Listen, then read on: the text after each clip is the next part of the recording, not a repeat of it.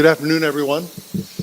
I'm Joe Sheridan, and I'm sure most of you have no idea who I am, but today's Walter's Day, and he's sitting next to St. Peter saying, make the sun shine on Hampton, Sydney today, lower the humidity, and he certainly did. Like many of you, I was blessed to share and to nurture a wonderful relationship with Shorty for nearly 25 years, and I'm honored to be here at Hampton, Sydney, to celebrate the life and times of this wonderful man. Hampton, Sydney, I found, was an extraordinary place. And every time I was here to watch my son Brian and his teammates play basketball for Coach Shaver's classy and captivating program, and even after games, sitting with Walter in the Student Center, talking about rock and roll legends and his beloved Washington Redskins, I always hated to leave. It was decades ago that these historic surroundings welcomed Walter and the Sims family. And it was Hampton, Sydney, right here at Hampton, Sydney, that provided the setting for Walter to humbly pursue his doctorate in unconditional kindness.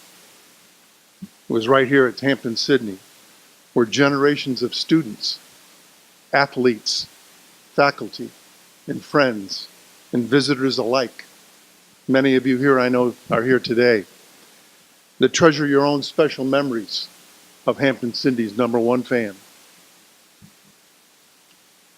He cheered wildly at every touchdown and every basket scored. And when the band played on, between periods or at halftime, Walter introduced dance routines that even Michael Jackson would probably take notice of. You see, Walter, in my experience with Walter, he didn't have a defect. He had a God-given gift. And he was living proof that those who are perceived afflicted with downs can achieve, can prosper. And I wonder who among us here today, all of us, can honestly say that we, in our own lives, influenced, inspired, or positively affected more lives than Walter Sims. A famous philosopher once said, when the flower doesn't bloom, you fix the environment within which it grows, not the flower. Well, see, Walter didn't need fixing. Because of Hampton, Sydney, and especially a heaven-sent brother in Scott Sims, together they enabled Walter. And they provided Walter with the environment. And he became the most beautiful flower in the garden.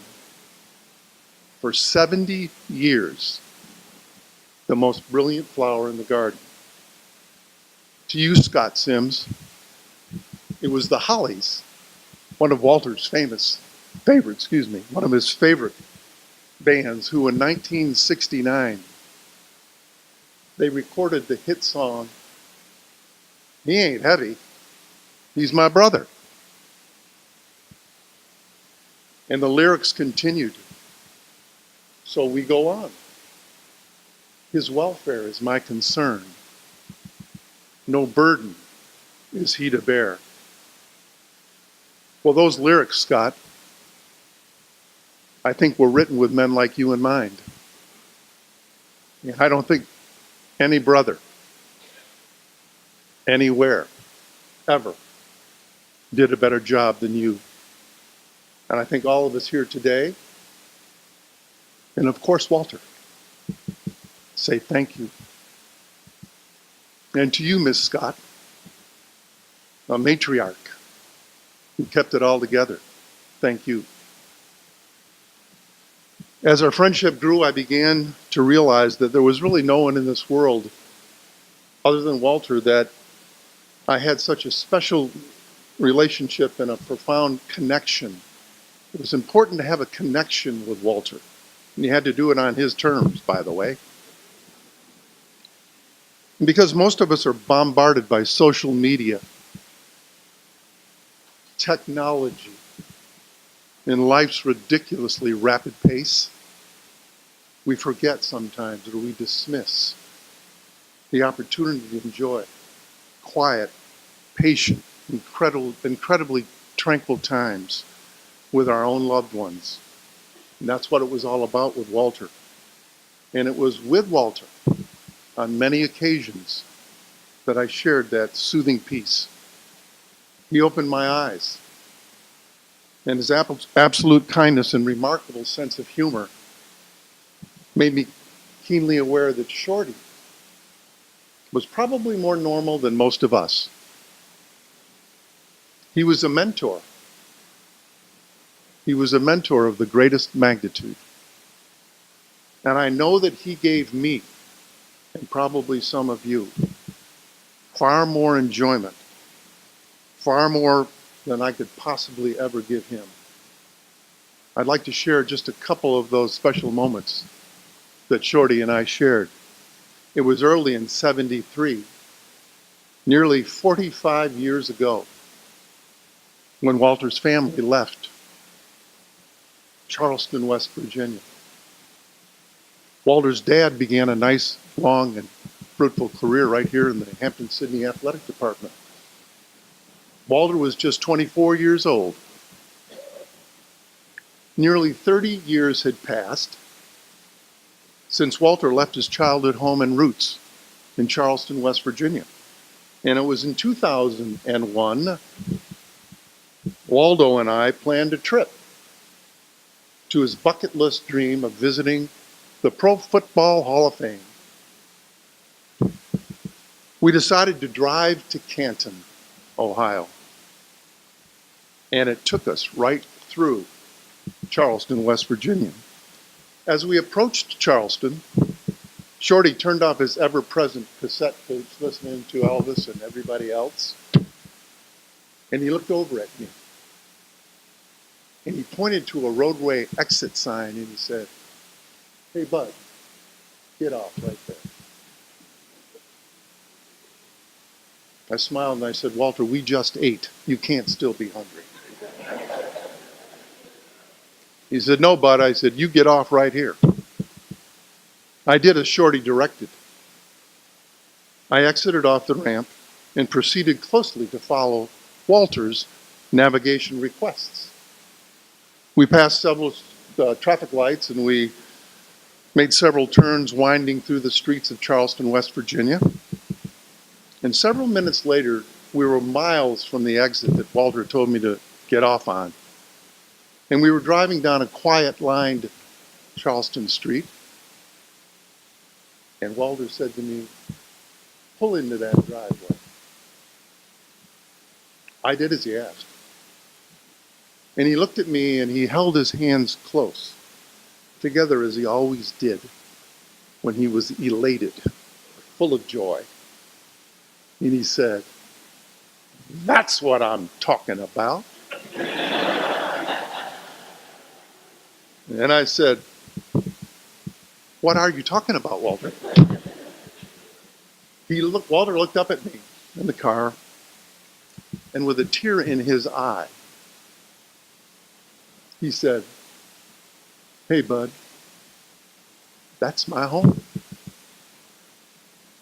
That's where my mom and dad and my brother Scott, that's where we live." For a moment, I just sat there stunned. Walter got out of the car and onto the front lawn of the home that he grew up in. And an elderly lady approached him with tears in her own eyes. Her name was Mrs. Rollins.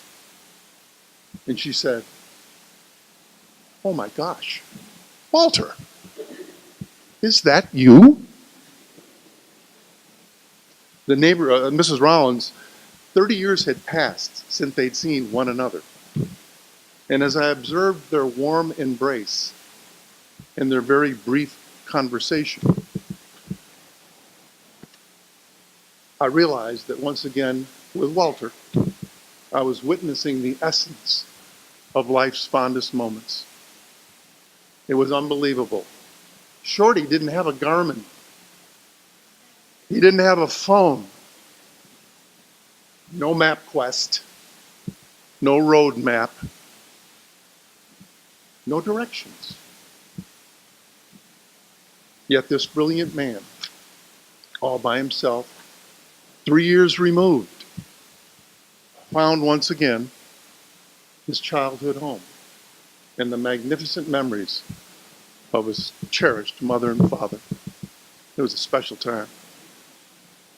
Well, from there it was off to the Hall of Fame, where Walter saw and confirmed, he needed to confirm that his hero, Sonny Jurgensen, was indeed enshrined. He wanted to make sure. As we walked through the memorial, Walter said to me, he said, "You remember Gale Sayers?" I said, "Sure. Everybody knows Gale Sayers." Walter says, "Well, he ought to be here." I said, "Walter, he is." He said to me then, "What about Joe Namath? Fran Tarkenton?" I said, "Walter, they're all here." The names and the memories went on and on. And we had a spectacular time for 4 hours in the Pro Football Hall of Fame. Coming home from the Hall of Fame that day, together we laughed. No phones, remember. No Facebook interruptions. We just laughed and talked about everything and about nothing. Walter said, "You think there's a Bob Evans down on the farm close by?" He would eat nowhere else. Had to have Bob Evans down on the farm. After we ate, we turned back on his cassette player, and I listened to Walter in his own way, in his own rendition, sing every rock and roll song that ever existed. Finally, we returned back to Walter's world right here in good old Hampton City. Less than a year later, it was off to Cleveland and Walter's #1 bucket list destination. I got to see the Rock and Roll Hall of Fame. On this trip, we decided to fly, and Scott and I, we called ahead to the Rock and Roll Hall of Fame, and we found the curator. Her name was Emily Purcell. And Miss Purcell, we told Miss Purcell about Walter's extraordinary passion and knowledge of 50 years of rock and roll music. And we also told her we're on the way. And that Walter was overwhelmed with excitement to see the shrine where his heroes dwelt. He said, "Joe, try to get here early. Say 8:30. I made sure we did arrive early. Then I quickly found out why. You see, Emily opened the famous museum 2 hours early, and only for Walter. Unencumbered by crowds, not a single person in sight for 2 hours. On his own private tour, Walter saw his legends perform.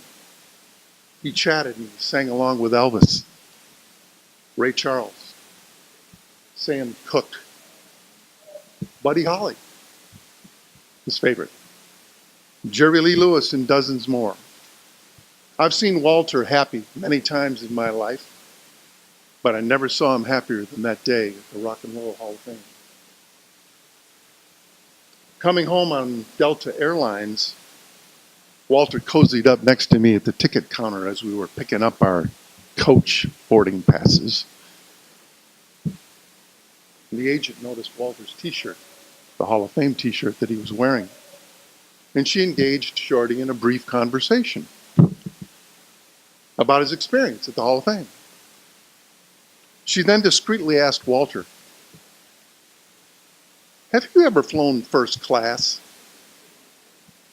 Walter, glancing up at me with that wry smile he always had when something good was going to happen. And then back at the woman with his customary expression of joy. He pointed his finger at the young lady and he said, "Now you're talking."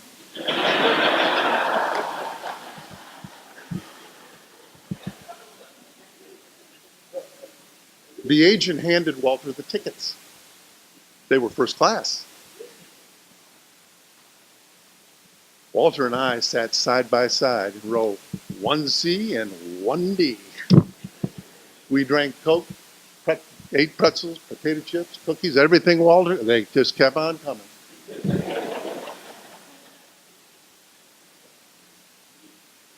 Shorty and I flew home first class, and I can assure you that I had absolutely nothing to do with it. There's many more experiences that I've shared with Walter. And from each of them, I've come away affirming that if we could all just together harness and utilize the kindness, the decency, the integrity, the humility, the gentleness, and the passion that Walter displayed every day of his life, I believe our nation would heal. I believe our nation would unite. You see, this simple, kind man, if you just listened, he had all the answers. I'd like to conclude with this thought. I spent 4 great years watching Coach Shaver's basketball program outclass most of their opponents.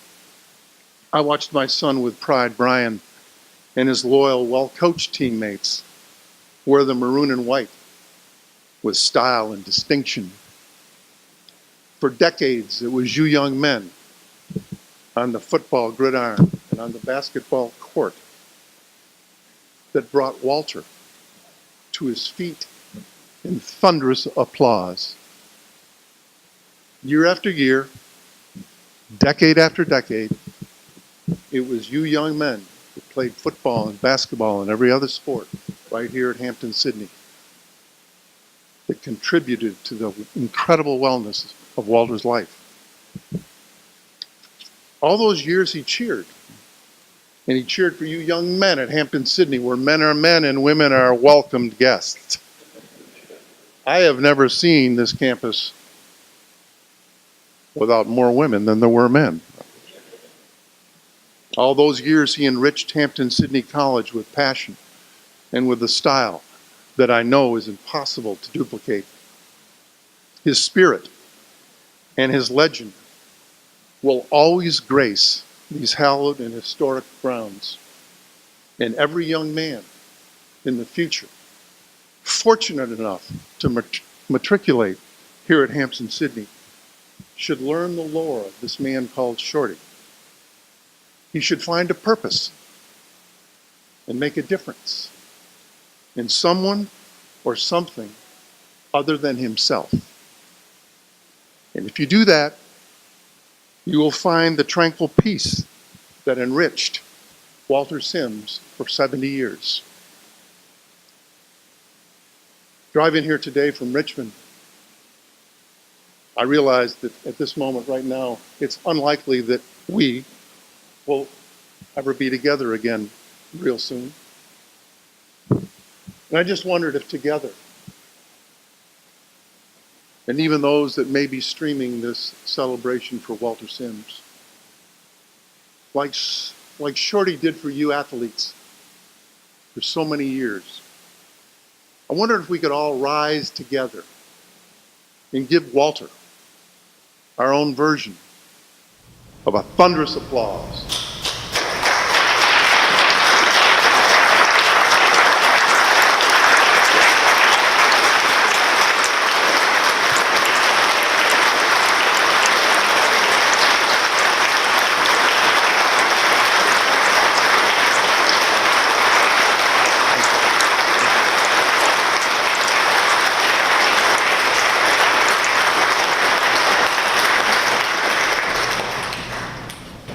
We'll see you again, Walter. Thank you very much. Tough act to follow.